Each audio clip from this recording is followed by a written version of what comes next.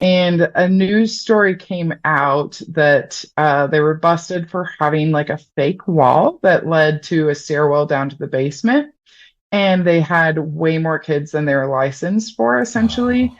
And they had, even the news had, asked some of the parents about it, and they were like, yeah, I've always saw like a ton of kids at drop off, but I just never thought anything about it.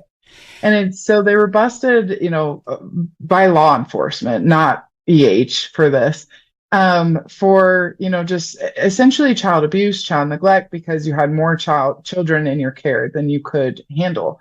And just way too many kids like hidden in a basement.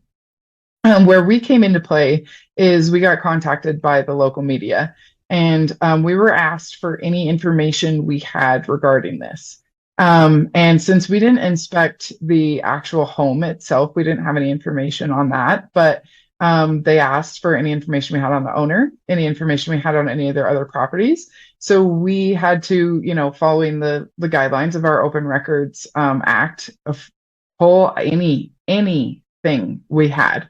That's not just inspections. And so luckily having a system, a data system like this can help you pull all that information out, and just by doing some few quick searches, including time that we've spent, any emails that we documented in the system, and pulling any inspection reports related to her other childcares that we did inspect.